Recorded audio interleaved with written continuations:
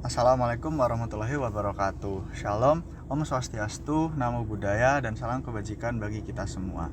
Perkenalkan Mas Mbak, saya Ibrahim Akila Usman dengan NIM G0024158 dari kelompok B9 dengan asisten laboratorium Mbak Isna. Di sini saya akan membuat video laporan praktikum anatomi di blok 2.1.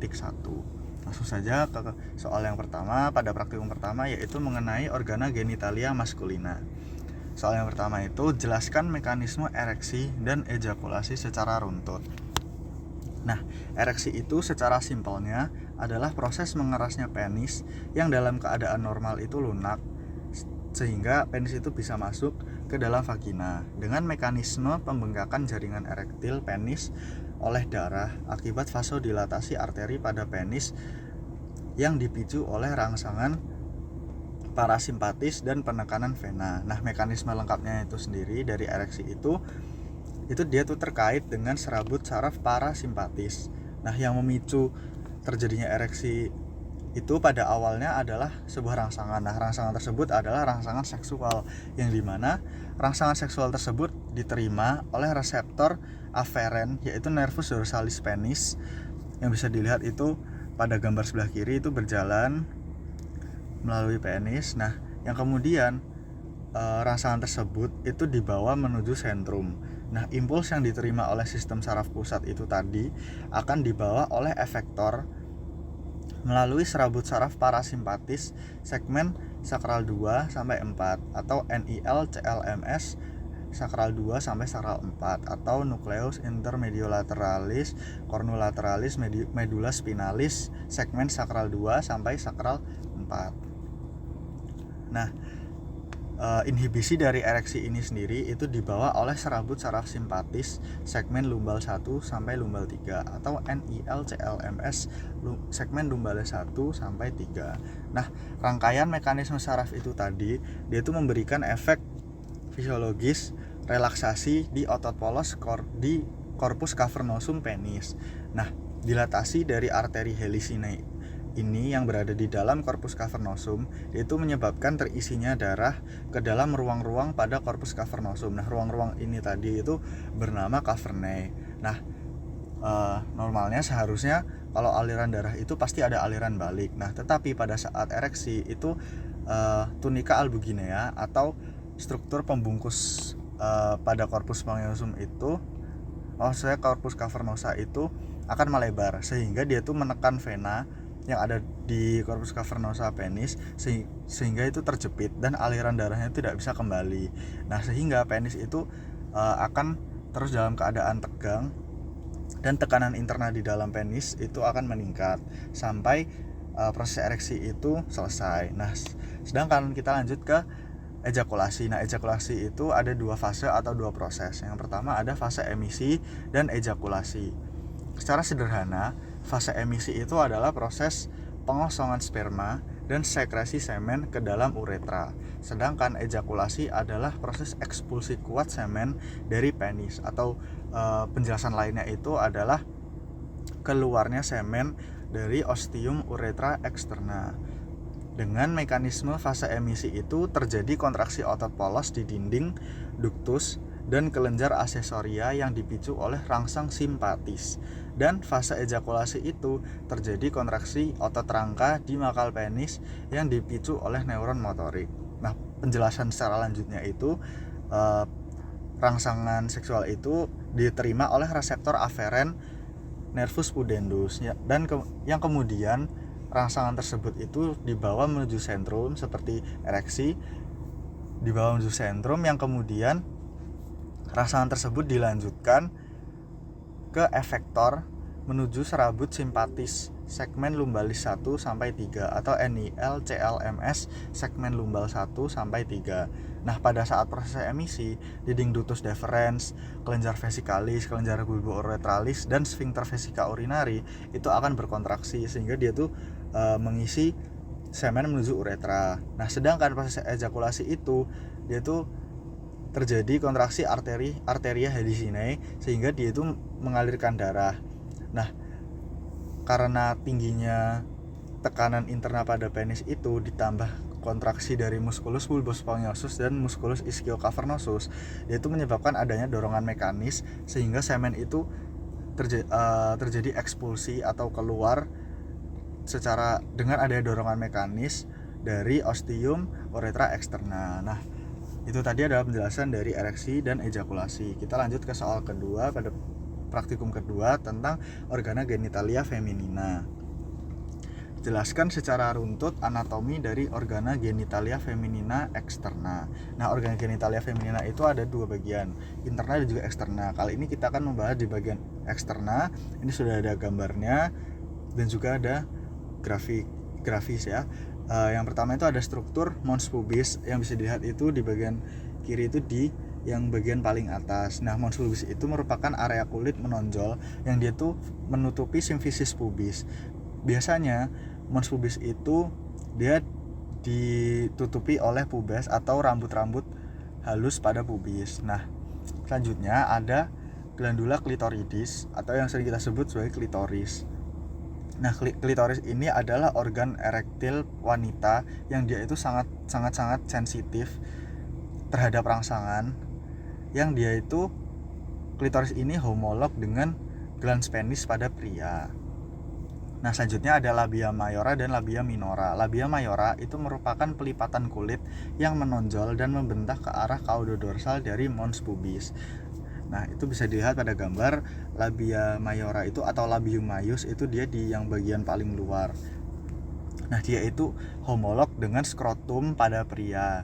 Ke arah anterior dan posterior labia mayora ini akan saling bertemu antara labia mayora dexter dan juga sinister, membentuk commissura labiorum anterior et posterior yang atau bahasa lebih simpelnya itu pertemuan antara dua labia mayora di bagian anterior dan juga posterior. Nah, yang akan dilihat dari labia minora itu merupakan pelipatan yang tidak mengandung lemak dan kulit yang tidak berambut. Nah, labia minora ini terletak di antara kedua labia mayora. Bisa dilihat di gambar itu dia di bagian yang lebih dalam. Dia itu membatasi bagian lateral dari ostium uretra externa dan juga ostium vaginae atau orificium vaginae.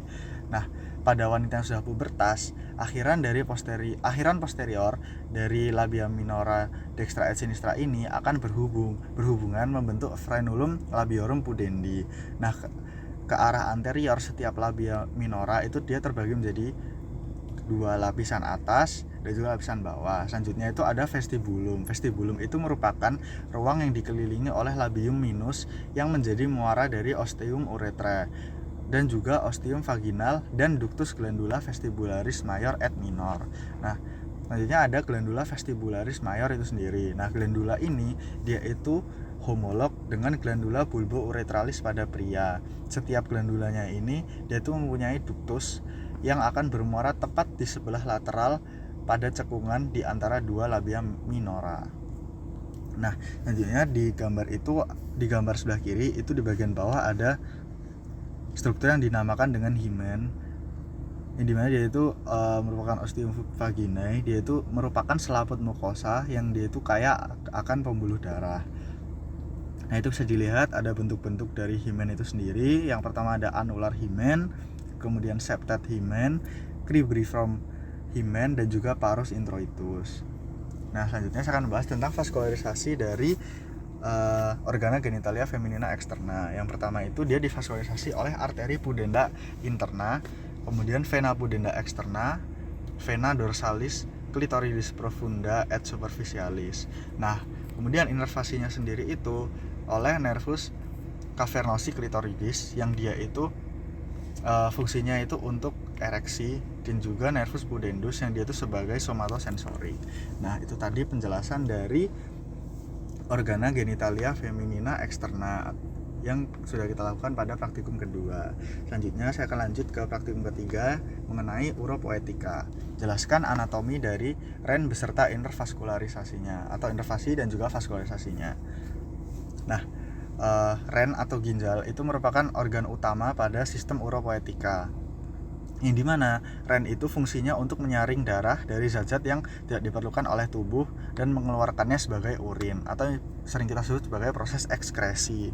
Nah, REN itu juga berfungsi untuk mengatur keseimbangan air, elektrolit, dan juga asam basa pada darah kita.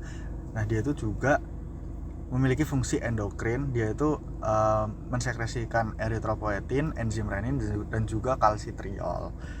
Nah, selanjutnya saya akan membahas tentang posisi anatomis dari REN. REN itu sendiri itu merupakan organ retroperitoneal. Dia itu terletak di cavum abdomen posterior. Nah, di polus superiornya atau bagian atasnya itu terdapat glandula adrenal atau suprarenalis.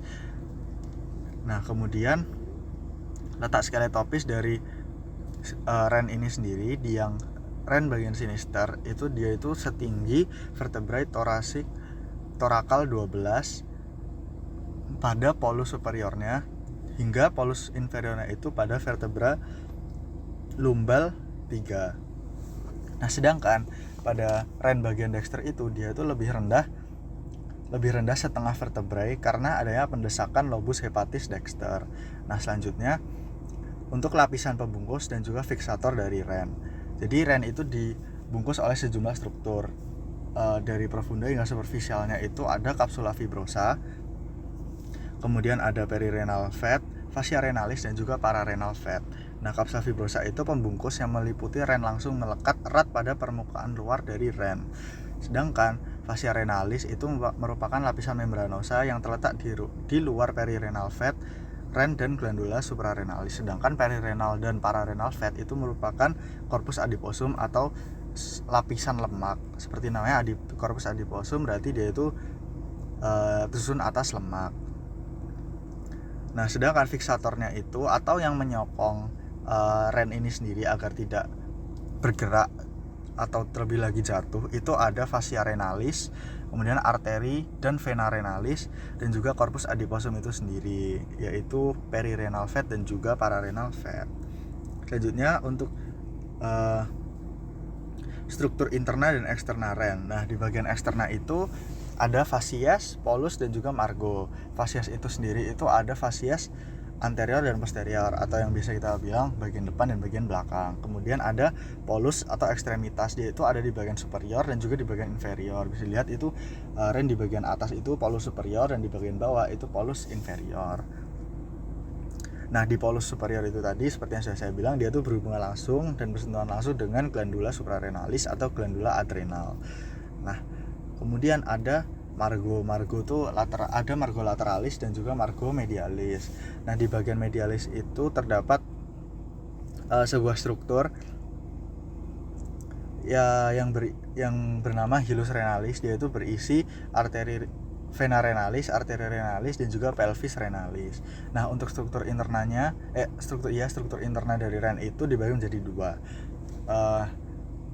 korteks renalis dan juga medula.